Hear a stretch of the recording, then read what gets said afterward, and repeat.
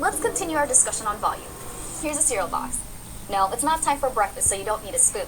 It's time to calculate the volume of the box. The box is a rectangular prism. We have a formula for the volume of a rectangular prism. It is V equals L times W times H, where L equals length, W equals width, and H equals the height of the prism. Let's look at the box again. What is the length of the box? Do you see the label along the bottom? That's right. The length is 20 centimeters. What about the width? The width is 8 centimeters.